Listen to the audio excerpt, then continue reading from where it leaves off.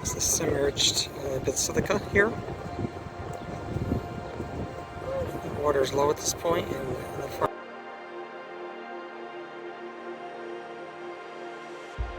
baptism there. Over here, a tomb being built up, being revealed.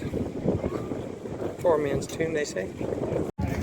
Yeah, the map here you can look at, and then you have the Morsa Basilica going down into the water. You have another grave there from a poor man's grave there, and then the baptism there with the metal things are out there in the water. There is the baptism, and the Basilica obviously coming from the west. Back in the day, you went into that way, and towards the east, going towards the Basilica. So a beautiful sight, interesting though it's low water.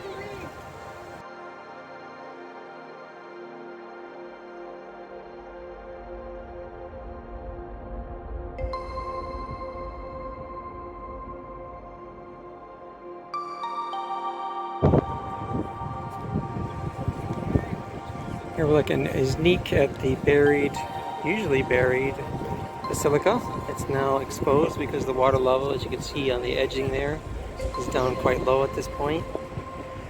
And I'm not sure if you can hear me because of the wind, but this here we're looking, the first area is a tomb. You can see the apse beyond that, and another tomb on the other side.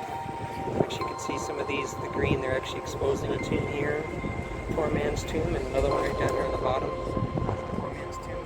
You can see the church here, jetted out.